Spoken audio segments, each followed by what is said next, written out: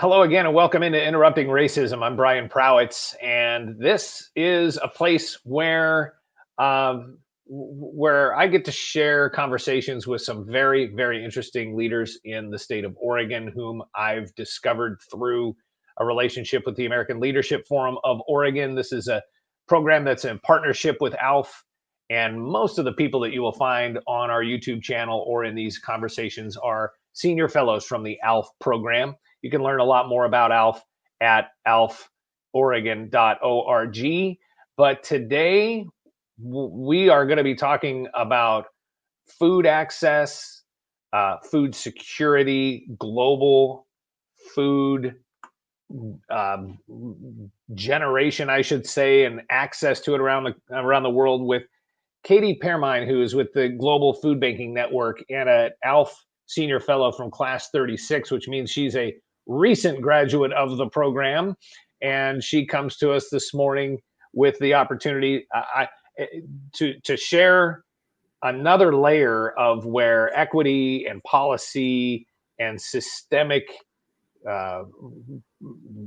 tradition and all of these things end up playing in a place where it was eye-opening for me to even have the conversation to find out just how deep some of our long-held policies and the work that gets done has an impact around the world in food of all places. But I'm sort of stumbling along because I don't want to keep stealing the thunder from Katie for the conversation that you and I had about a month ago or so. I'm just looking forward to sharing so much about your experience and such. So thank you for being on the program. Thanks, Brian. Thanks for having me.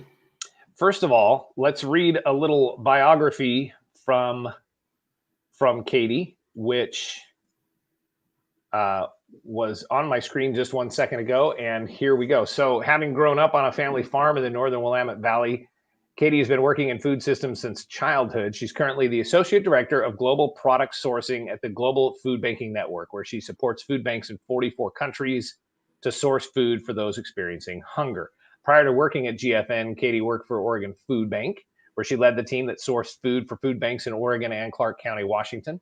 She was 4 years at the Oregon Department of Agriculture, where she spent a year as domestic trade manager and 3 years running a USDA grant program for Oregon. Her previous work also includes 10 years at a publishing and marketing firm, which focused on supporting local businesses. Over the years, Katie has also spent her free time working on food access issues by serving on the boards of directors for the organization Farmers Ending Hunger and Zenger Farm.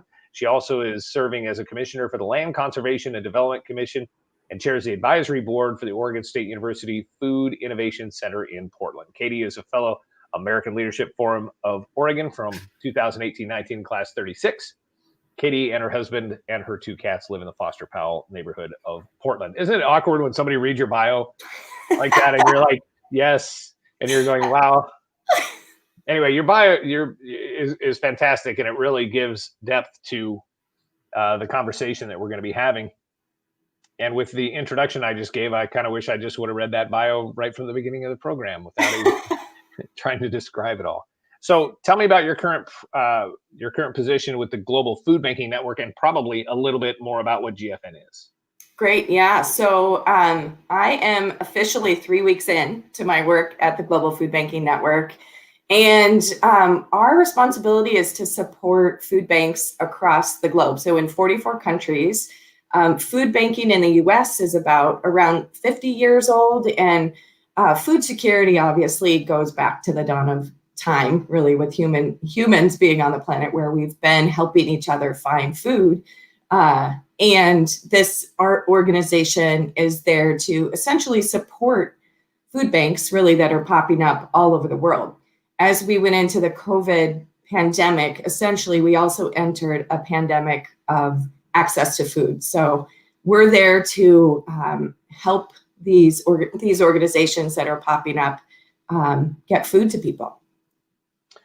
What I still remember from our conversation as we talked about this conversation was the story of how you got to this position, because it tells a lot about you and kind of an awakening of realization of just how powerful food access is and the way it connects up with equity issues. Why don't you kind of give us that path from that brought you to your position? Great. Yeah, happy to do that. So I grew up, as you mentioned, on a farm in the Northern Willamette Valley where food was abundant, and our family was growing food for the world, really. It was a 1,500-acre farm on the Willamette River with beautiful views of Mount Hood and just a very sacred place that we grew up on. And then through my life, I have been connected. Really, it started with my connection to the natural world and seeing the role that the natural world played in people's lives. I studied biology and chemistry in college and really got into understanding sort of the broader concept of sustainability. So the space where we are connected to our planet, we're connected to profits as businesses, and we're also connected to the people. And so my work had been really supporting businesses for about 10 years, working for a company that at the time in the early 2000s was defining really what sustainability meant on the West, especially on the Western US. So it's very exciting to be a part of that work. And then about 10 years in, I decided to make the pivot directly into food systems work because of the role that food systems play in every one of our lives. It was a very interesting space. So I specifically worked at the Oregon Department of Agriculture and got to run this grant program that was essentially helping our businesses here in Oregon get to market. And it's the kinds of things that we grow and we're really proud of here. So all of our fruits and vegetables, our Christmas trees, all the things that the USDA terms as specialty crops, but are actually essential to our health.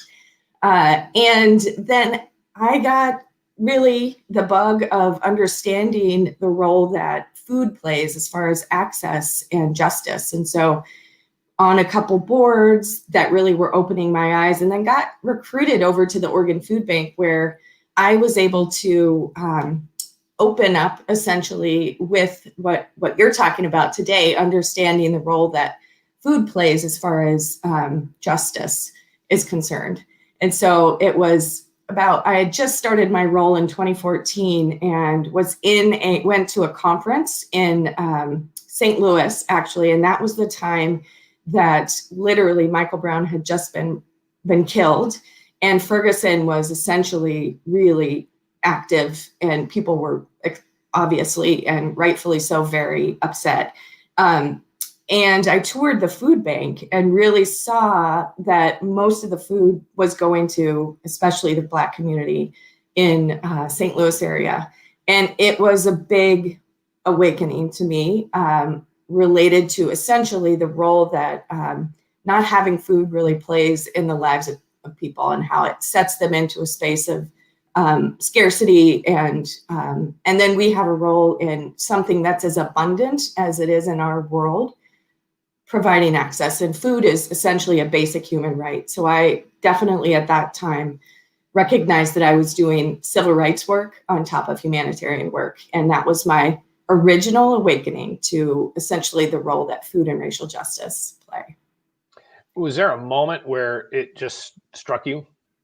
It was that moment of touring the food bank, and honestly, the bus ride to the food bank where we left St. Louis, and being in St. Louis itself, it was one of those where there was a lot of white flight from St. Louis, beautiful downtown, and there's, obviously just a lot of systemic issues in that community. But on the bus ride, we passed Ferguson, and just seeing the disparity across communities, it was visually very stunning. And then just, it was like a recognition in the moment of who has access to food.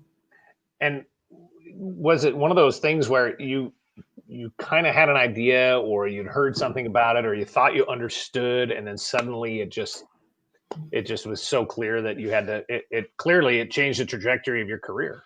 Yeah, I mean, it was one of those things that I felt in my body. So it was very clear to me that, and I do meditation, so that helps me be aware. And so much of this work really is in our body. We can tell when something's off, right? And so felt it in the moment, and it did change the trajectory of my career. So essentially, I also had the privilege at the time of going through deep equity journey at the organization, at Oregon Food Bank. And it was just a simultaneous awakening to these issues that I don't think I would have really felt it the way that I did had I not seen it firsthand. Mm-hmm. So what are the big lessons that we can take away? So you and I are, maybe we would fall into the category of being white allies, I suppose. And so if there were other people like us in our network of people, or maybe who look like us, how would you describe what you know now and what you saw in those moments, and where you basically do your work? Yeah, I mean, I would describe it as essentially just going into a lifelong journey and being willing to go into a really messy, uncomfortable space that is not something that growing up in rural Oregon that had a very strong narrative that we're comfortable with. So we had all of the lessons of, be nice, don't say anything to rock the boat. There's sort of like a very strong messaging of, if you don't conform, then you're outside of the system. And so to break outside of that thinking is a big endeavor. So I would just say, folks that are like us, white folks that grew up in Oregon, stick with it, be willing to be curious, be humble, and really practice a deep journey of self-awareness while you're simultaneously becoming aware of these issues. And essentially I think one of our biggest limitations as humans is that we experience the world through our eyes, right? So we feel like we're separate, we're different, we're unique, but ultimately we're all connected. We're connected to the system, we're connected to one another. And our dedication to that connection is really what will bring us through. Yeah, and I think about how that ties into ALF. So what was your ALF experience like? It's still very fresh for you, although most people that I talk to about their experience with ALF, it still comes to mind very easily and maybe on a daily basis. But describe how all this tied together for you when you were in ALF Class 36. Yeah, so ALF, I would say, was the full spectrum of experiences. And really, because of the time that we're in such a polarized time, it was difficult. It was bumpy. And I think, part of this is that's the point. We, in a lot of our systems and our networks, we get really comfortable and we enjoy that comfort and we do anything to go back to that comfort. So that year of visiting different parts of the state and having connections with people that are outside my essentially white middle class network was extremely valuable. And I got to think about and ask questions that I never had before. So specifically, we went to the Grand Ronde and or the Spirit. I can't remember the name of the casino off the top of my head. You probably know. But essentially became aware that the Grand Ronde obviously were on the land that I grew up on, and for thousands of years, so tens of thousands, maybe 12 to 14,000. And my limited awareness of being a family that came over on the Oregon Trail and having this pride of essentially in my mind growing up, time beginning when we arrived here, it was mind-blowing and embarrassing a little bit, to be honest, of wow, I'd known about it a little bit, but it was extremely humbling. And so ALF gave me that space essentially to muddle in that discomfort and to commit to sticking with it. And like you, I have lifelong friendships and deep connections to people, and my commitment to my own journey and this work has a lot to do with that. Mm-hmm. Spirit Mountain is Thank you were. And I had to think about it just for a half a second. That was also a very spectacular weekend for our ALF class. In fact, it was for something that was said in the presentation triggered the religion conversation in our group, which you can talk about a lot of isms, but a couple of things are class and religion are a couple of things where most of the people in those ALF classes are of the similar class and certainly privileged enough to be able to take a Thursday and Friday and go to another place and those sorts of things. But there were still, and I found myself also being able to relate to people who may or may not have anywhere close to the same background as I did. But if you would have thrown somebody of a different class in there, or you start diving into religious opinions and experiences, that's where the real test, I think, not real test, but an additional layer would be added. And essentially our class took over the the agenda for the day, and we were supposed to be talking about U theory, which I was going to refer to in context to what you're talking about. And U theory is the idea that you have to let go of some previous understanding in order to accept new understanding, and there's this process that you go through. Well, we ended up hijacking that conversation and having this extremely, and I still think probably to some degree, a little bit divisive conversation, though there was incredible acceptance in the room. Quite a conversation. And as it turned out, we were actually literally expressing U theory in the conversation we were having. It just wasn't the topic that we were supposed to be talking about, which really is a sidebar to what you were talking about. So you're talking about feeling like a native to Oregon because of your history of your family settling the area, being a pioneer, and then you meet people who were here before time really began, and there's a totally different level of respect and understanding. I felt that too, and it also was at Grand Ron. And for those of you who don't understand much about ALF or know what we're talking about, it's this connection right here. This conversation is so interesting, and it happens all the time when people who are senior fellows in ALF talk, because we were not in the same class, and yet we can talk as almost though we were, because we had kind of a similar thing happen and we understand each other. And it's one of the neat things I think about the ALF program. So I don't know if you want to add any more to that or not, but.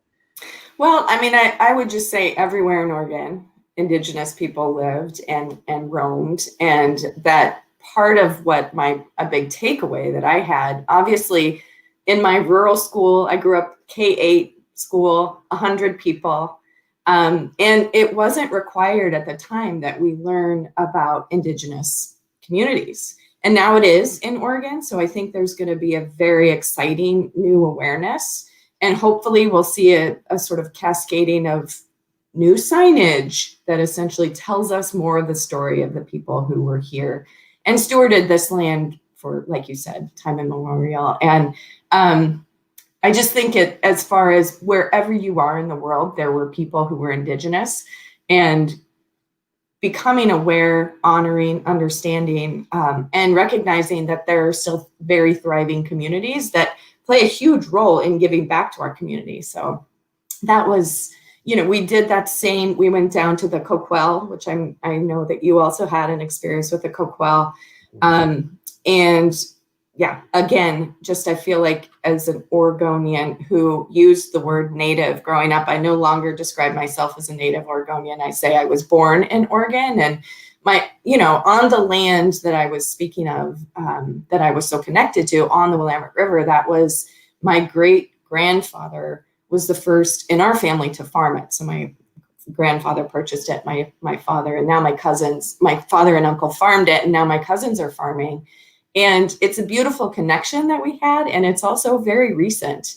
And so I would literally, something I did with my dad was walk as a little girl, walk behind him in the rows looking for arrowheads. And we would find arrowheads, we would find artifacts, so mortar and pestle.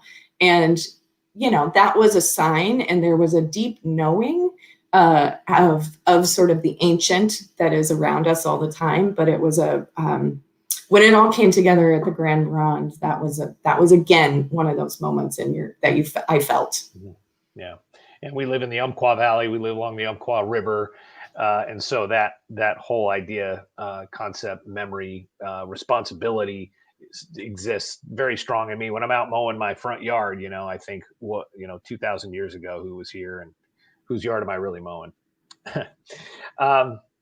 So I wanted to touch on, and by the way, in the entire conversation around equity and BLM and some of the conversations that are happening, Indigenous people need to be part of that conversation. And I just want to pause for half a second and just say that in one of the things that I've learned the most since maybe over the last year or so is that as we talk about racial equity and injustice, and we settle on places like the Black community or the Latinx community, it's important also that we acknowledge the Indigenous people who also have endured incredible injustices over time as well. So just to put a pin on that.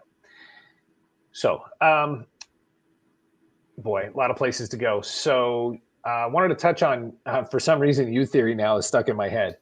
So, when you were talking about that moment at the food bank and that shift that happened with you, and then having a conversation with other people as you try to sort of convey what your new understanding, for me, it's finding people who are willing to possibly put what they know on the table and adjust it a little bit to new information. That's kind of U theory. I wanted to get your take or your sense on that idea when you begin to describe the importance of equity when it comes to food access. What kind of things do you touch on, and what's that conversation like? Yeah. Thank you for bringing this up. I can't help it. I'm going to plug a book. It's called You Belong. And the author is Sebene Selassie. And this is when you talk about finding in yourself, in your body that you connect. This book spoke to me in a way that really was the right time, right place. And your point about putting your experience on the table, I'd say it's putting it on the table and then stepping way back and then recognizing that every individual, we come into these bodies, we come into these forms, we have a limited experience, and that it's wonderful, and it's our point of view, and all around us are infinite points of view. And so this paradox that we live in, that we're essentially, we come into separate form and we experience the things separate, like staying connected to this sense that we are all still belong to each other and we have a responsibility to each other. So a part of that, as far as pivoting to the food system and how this shows up, obviously we just see the disparity. So it comes through in things like access to food, housing, education, and healthcare. And really all of these issues, these systemic issues that allow each of us the opportunity to thrive in the world, they too are interconnected. And food is this place where most of us can agree. We agree that we all deserve food, right? We know it sustains us. We know it's the thing that brings us together. It's what we do when we share with our families. It's what we do when we share in community.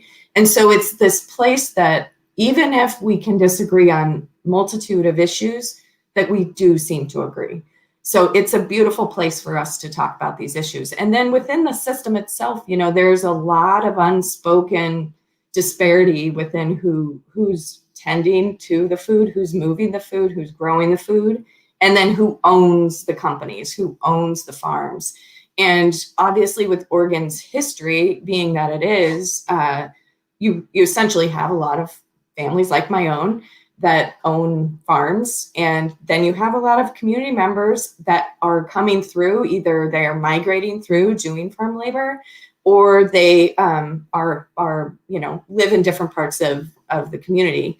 And so that historical truth and current truth across the food system and the disparity in access to money, essentially, is living in our food system in a way that it doesn't show up in a lot of industries. So it's very apparent in the food system.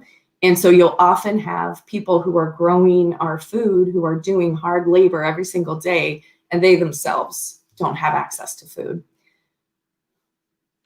That's a powerful picture. That's sadly ironic, isn't it?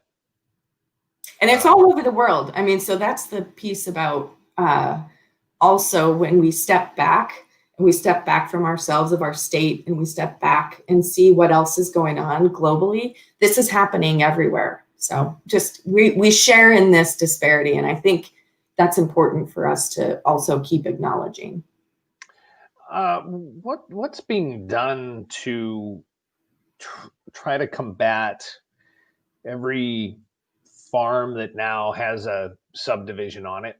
All the places that historically, just as for us, as you drive up and down I-5, you can see the famous Willamette Valley. But there's more and more pressure, as obviously as the world population increases. Are we tightening?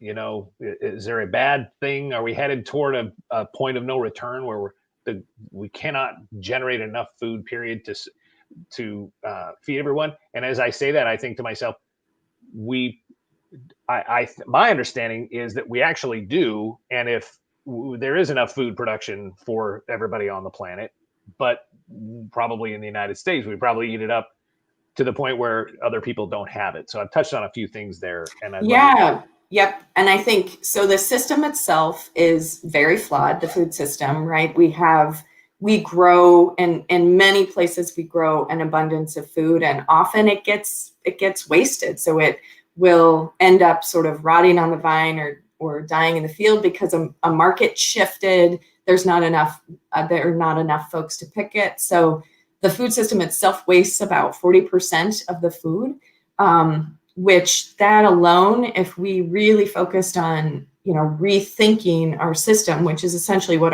we're doing at the Global Food Banking Network, you can capture a great deal of that food. And it takes creativity, it takes innovation, and it takes a willingness to think outside our norms and reinvent markets. Essentially, we have to have markets for off grades or the ugly fruit, as people are talking about.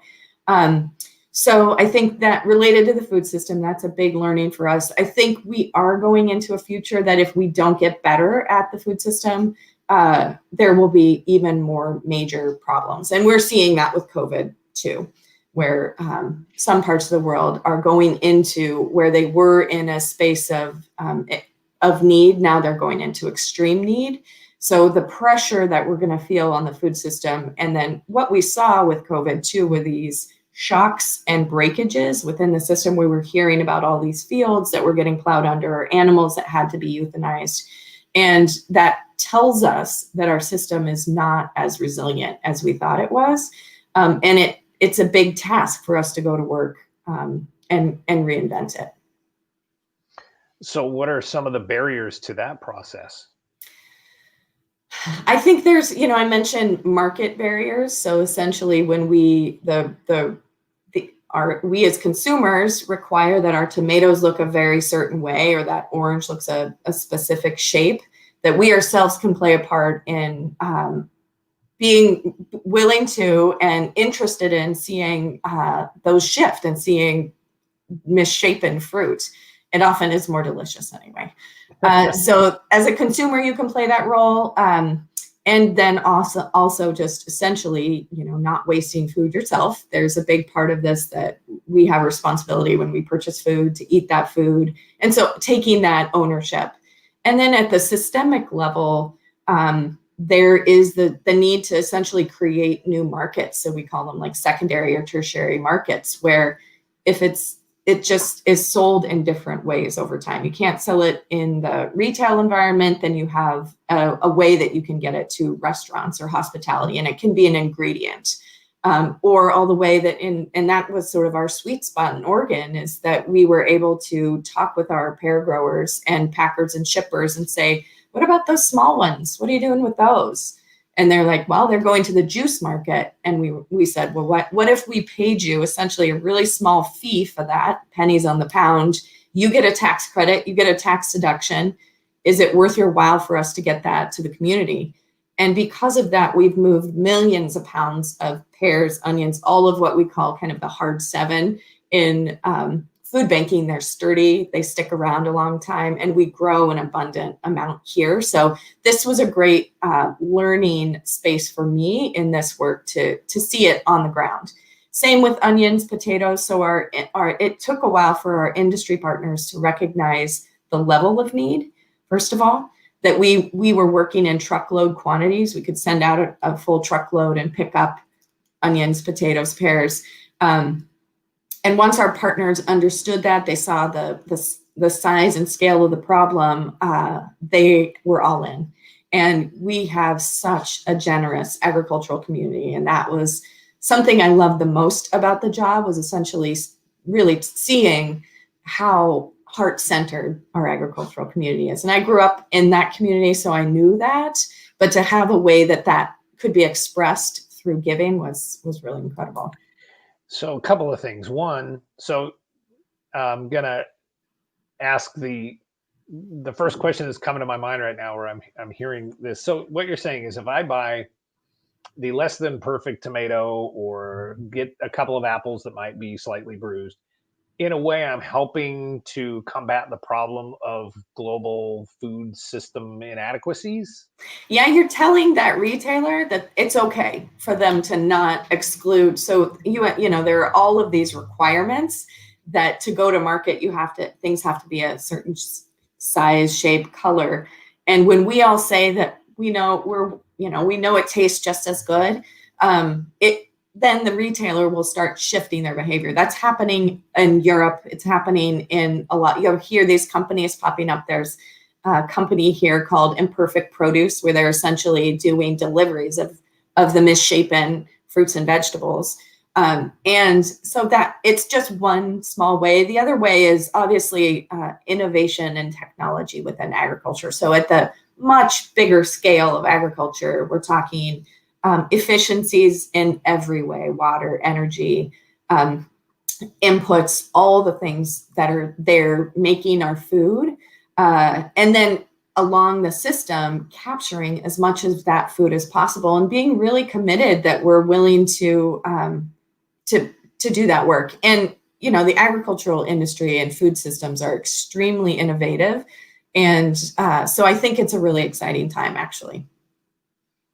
That's interesting. So I'm learning some things today. So thank you for that, which is one of the reasons why I like doing these conversations.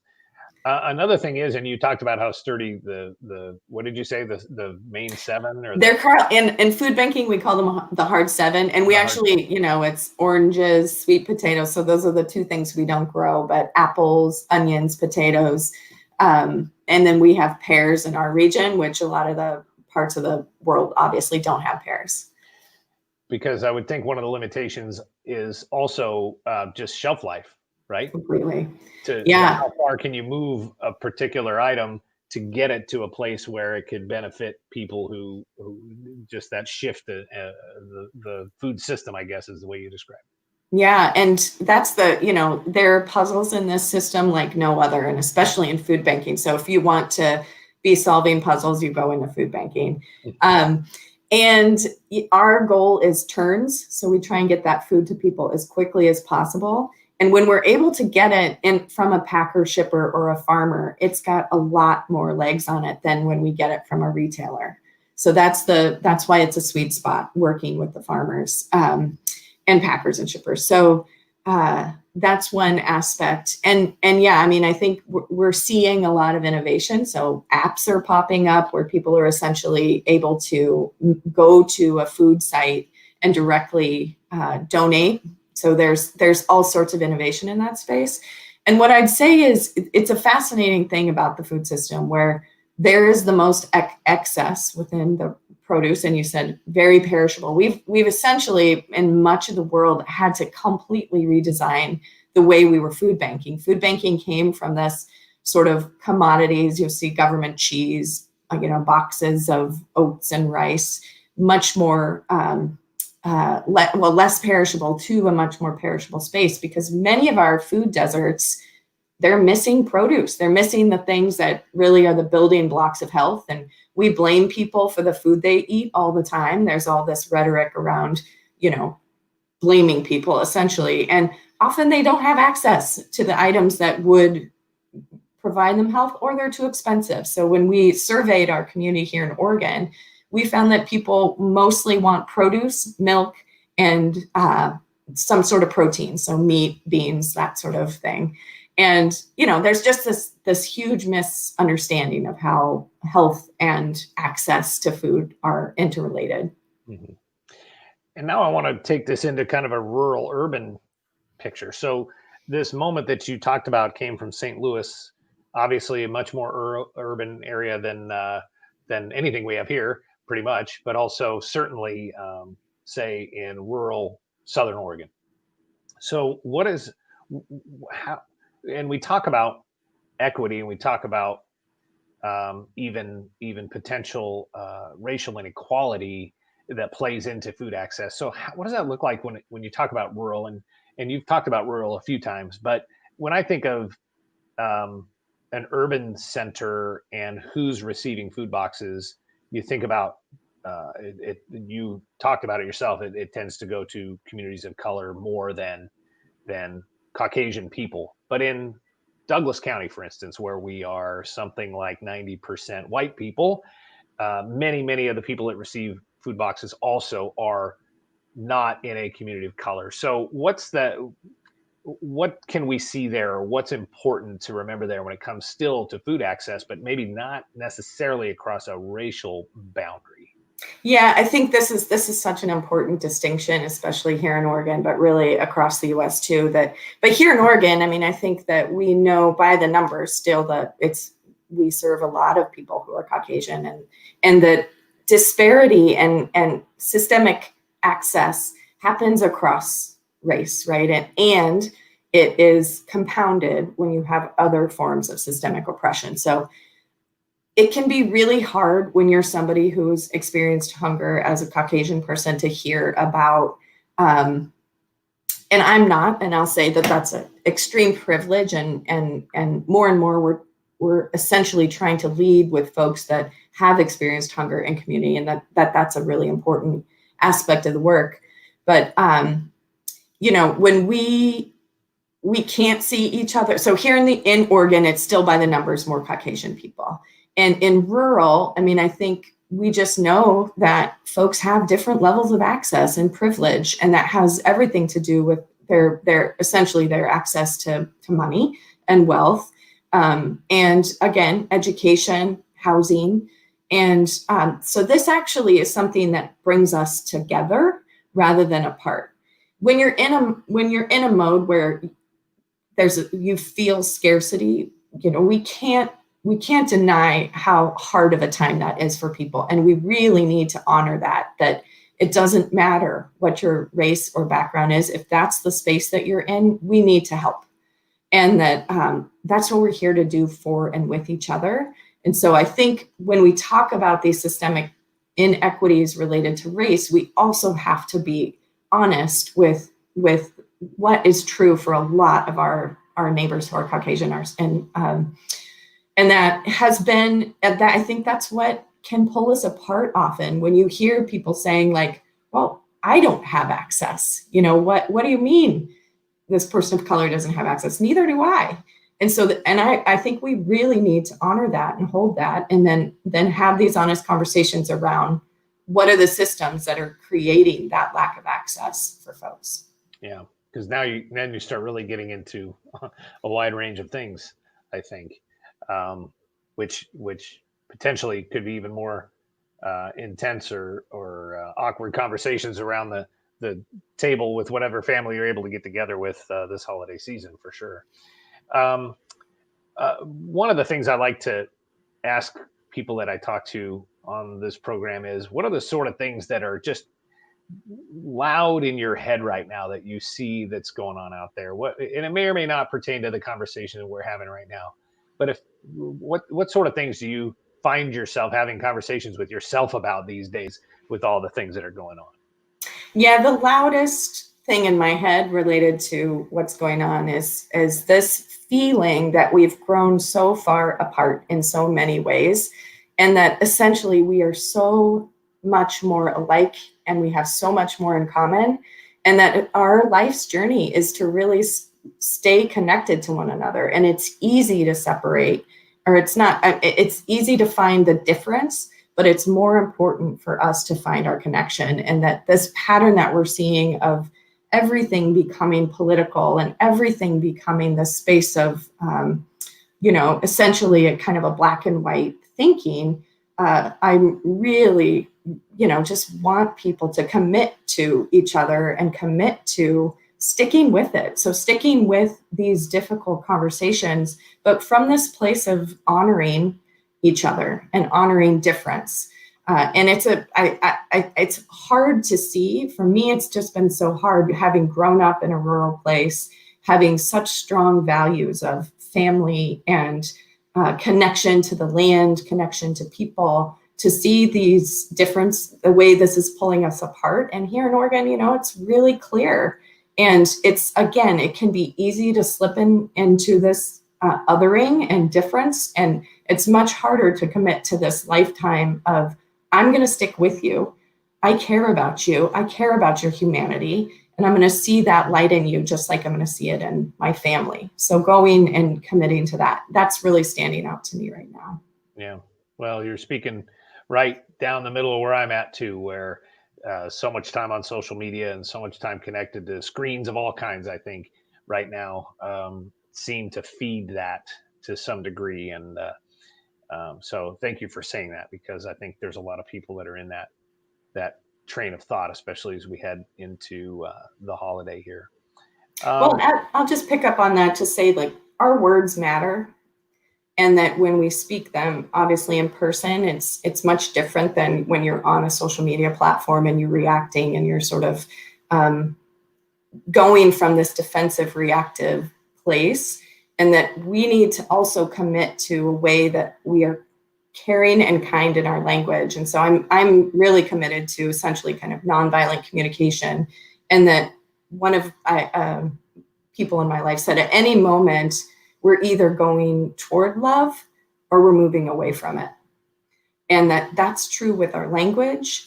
And so that is another piece of sort of notice. We all need to notice when we're feeling defensive and reactive and step away from the keyboard and go take a walk, come back to this place of love. I love that too. Well said.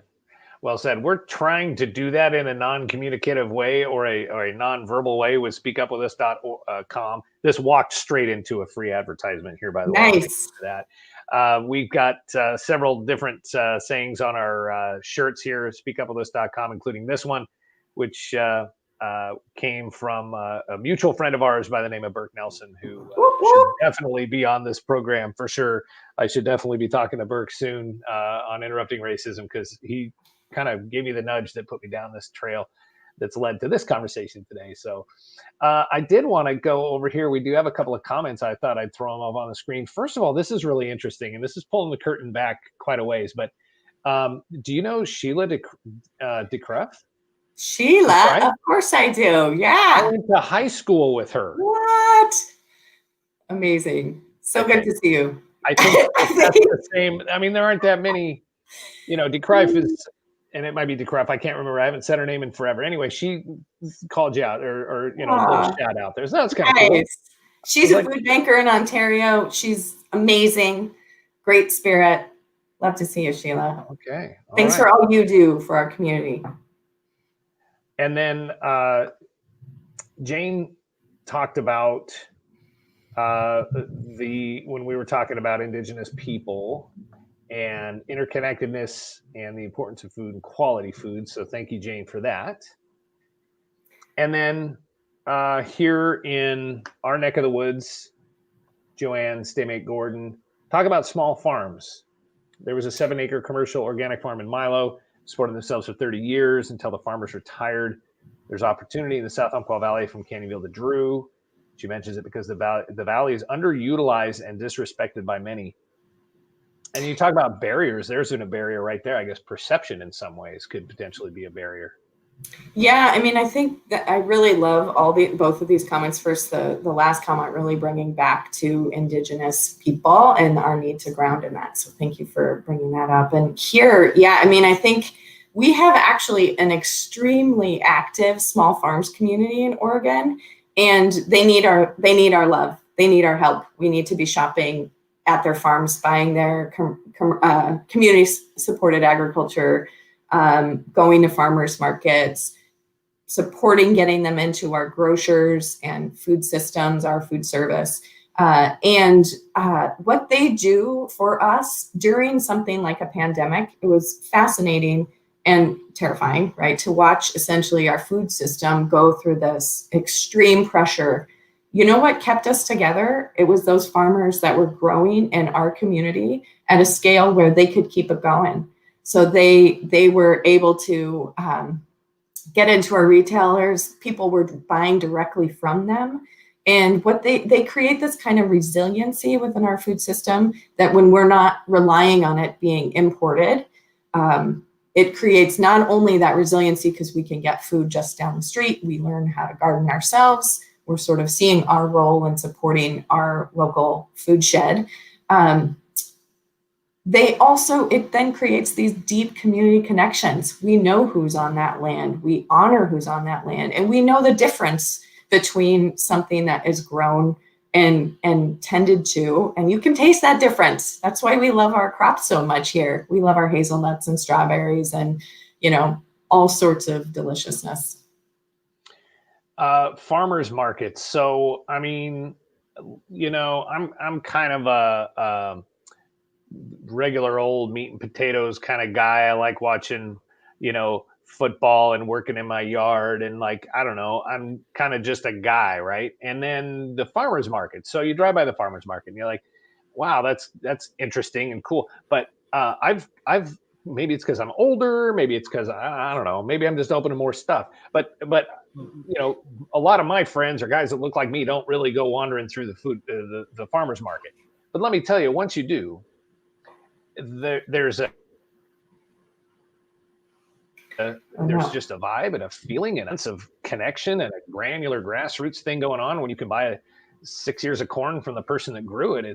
It's really great. And I totally agree with what you talk about is through the pandemic and food access and those things, because that was one of the rare places where you could actually kind of interface with other people at a distance and carefully. But what a value farmers markets have brought, and especially in this conversation about food access.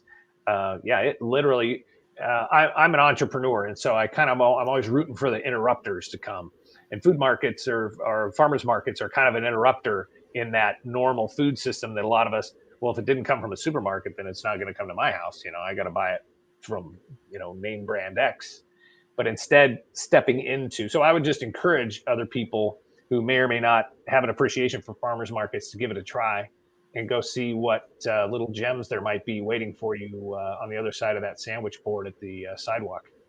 Well, and it feels different when you're giving money to your neighbor and you are saying, I support your livelihood and thank you. I'm showing my care for you by being a member. And we need that more than ever, right? We need to stay connected to our neighbors. And so it's like you said, community doesn't gather in as many places as it used to. And it's a way that you can get into the community, and even with a mask and distance, being outside and get out there and go to your farmers market.